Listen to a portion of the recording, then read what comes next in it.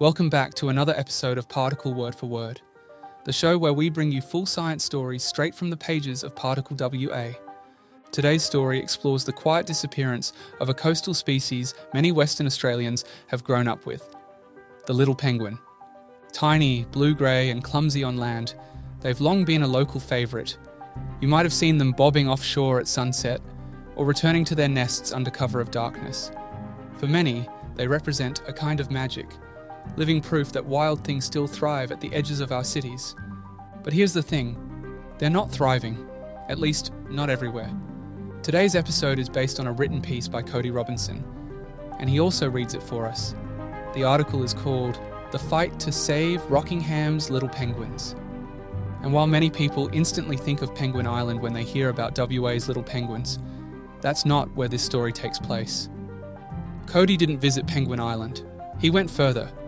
With special permission, he joined marine biologist Dr Belinda Cannell on one of her survey trips to Garden Island, a secure naval base that most people will never set foot on. It's home to one of the northernmost known breeding colonies of little penguins in Western Australia. Now this is important. Although Penguin Island and Garden Island are just 10 kilometres apart, they support separate colonies, different groups, different pressures, different stories, and they're both crucial to understanding how these birds are coping, or rather, not coping, with a warming, busier coastline. The intro to this story used to refer to Penguin Island as the only breeding colony of little penguins in WA. That's not accurate, and it's since been corrected. Penguin Island and Garden Island are two of the most well-known northern colonies. But further south, there are others, including long-standing colonies in the Recherche Archipelago, and on islands like Breaksea and Cheney. There's also Mistaken Island near Kinjarling or Albany, where updated population estimates have recently given researchers some optimism. While not newly discovered, it's part of a bigger effort to resurvey these birds and get a clearer picture of where they stand. So, when we talk about a population in trouble, we have to be specific. The often quoted figure, an 80% decline, refers to the penguins on Penguin Island.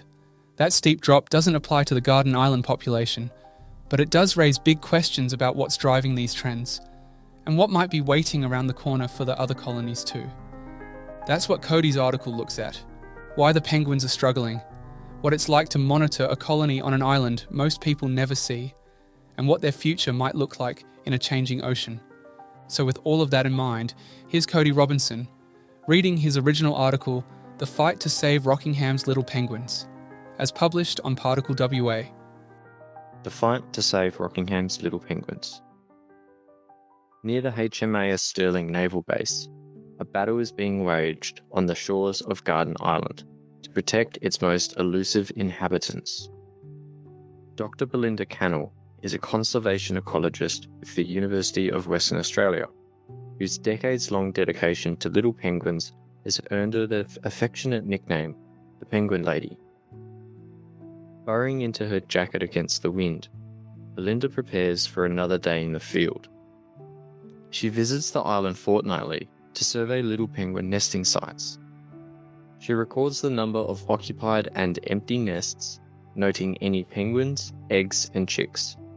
Given the opportunity, she will microchip them and record weight and beak measurements too.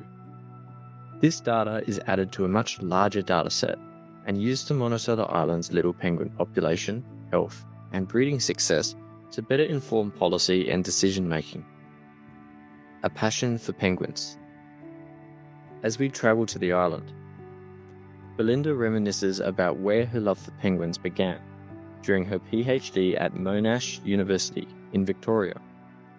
"I had an above-ground swimming pool that I set up on campus," says Belinda. "I got penguins from Phillip Island. I would catch all the fish for my experiments.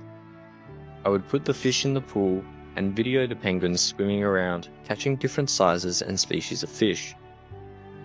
Belinda studied the feeding behaviours of fledgling and adult penguins and examined the hydrodynamics, the way water flows around objects, of their bodies. "Finally, I looked at the light levels penguins require to catch fish and proved that penguins are visual predators and require light to catch fish. That was my PhD. Keeping a close eye." The main little penguin colony lives on the shoreline among limestone boulders that form a rock wall. It's a far cry from the stereotypically icy landscape other penguins inhabit. Surveying the little penguin nests is difficult work. Some are easy to access. To inspect harder to reach nests, Belinda relies on her trusty burrowscope. It's a Bluetooth camera attached to the end of flexible, black PVC tubing that can transmit video to a small, wireless display screen. Collecting accurate data isn't easy. Belinda scrambles over rocks, squeezes her body into tight spaces, and maneuvers the burrowscope into position. She endures any cold, wet weather that comes her way. Small but mighty. Little penguins are the smallest and most human-shy penguin species in the world. They weigh around 1 kilogram and stand 30 to 40 centimeters tall. They have a unique, dark blue coat of waterproof feathers and a white underbelly. Belinda's research helps science better understand little penguins and contributes significantly to conservation efforts. She's been sounding the alarm for decades about the threats facing the species. Under threat. As a valuable indicator species, changes in their population, health, reproduction, and foraging behaviours can signal shifts in ocean health and the ecosystem. If it's a poor year for foraging and there isn't a lot of fish, the penguins may be feeding on other things like jellyfish, says Belinda. Using data collected from 1986 to 2019, Belinda and other colleagues discovered that an extreme marine heat wave in 2011 caused a tropical fish species, more accustomed to warmer waters, to replace the major food source of penguins from nearby Penguin Island. Consecutive years of warmer sea surface temperatures and a likely reduction of fish prey close to the colony led to an 80% decrease in the population due mainly to poor breeding, starvation, and parasitic infections. While starvation is a serious threat, little penguins in this region are most vulnerable to boat strikes, with other threats including climate change, pollution, and urban development. Empty nesters. Today's inspection turned up a lot of empty nests, but they aren't always a cause for concern. Little penguins lay eggs any time from April to November, says Belinda. So while a nest may be empty now, it could be occupied a few months later. Belinda has also installed 17 purpose-built nesting boxes, designed to allow the deployment of satellite and GPS tags to find out where they feed. Feral foxes have made their way onto the island in recent years and have impacted some nesting sites. It's really heartbreaking, says Belinda. Despite some setbacks, the Garden Island colony seems to currently be stable, unlike the marked declining trend from the neighbouring colony on Penguin Island. A silver lining. As the day nears its end, Belinda peers inside a nesting box and is greeted loudly by an adult female penguin. She squawks in protest as Belinda lifts her head out of the box to reveal a small, white egg. Belinda is surprised to discover this penguin isn't microchipped. The penguins that use these nesting boxes have been tagged, meaning this penguin is likely a new resident. This is an encouraging sign for the penguin's population. She quickly and carefully implants a microchip, weighs the penguin, measures her beak to verify her sex, and then gently returns the penguin to her nest. The microchips are crucial for the species' survival. They are used to identify individuals over years and can determine a penguin's colony of origin if it is injured and washes ashore on the mainland. While the future of Rockingham's little penguins is uncertain, Belinda's work offers a glimmer of hope for their survival. That was The Fight to Save Rockingham's Little Penguins, written and read by Cody Robinson. There's something quietly powerful about this story, isn't there? No drama, no sweeping landscapes, just a few researchers, a remote island, and some burrows hidden under dense coastal scrub. It's the kind of conservation work that doesn't get flashy headlines, but still matters deeply. Garden Island is off limits to the public. There are no penguin tours, no educational signage, no gift shop.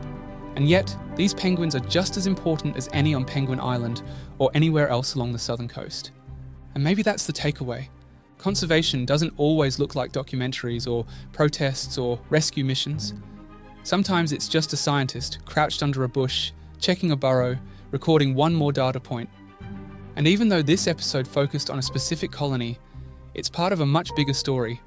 A species under pressure from climate change, warming oceans, declining fish stocks, and human activity. It's about habitats becoming fragmented. It's about silence where there used to be song. And it's about what we choose to notice and fight for before it's too late. Cody's story is also a reminder that no one does this work alone. Behind every survey, every field trip, there's collaboration. People like Dr Belinda Cannell, who've been studying these birds for decades. People who know their behaviours, their nesting spots, their patterns, and their vulnerabilities. That kind of knowledge is hard-won, and it's fragile. So when someone like Cody takes the time to tell that story, and when we listen, we're helping protect it.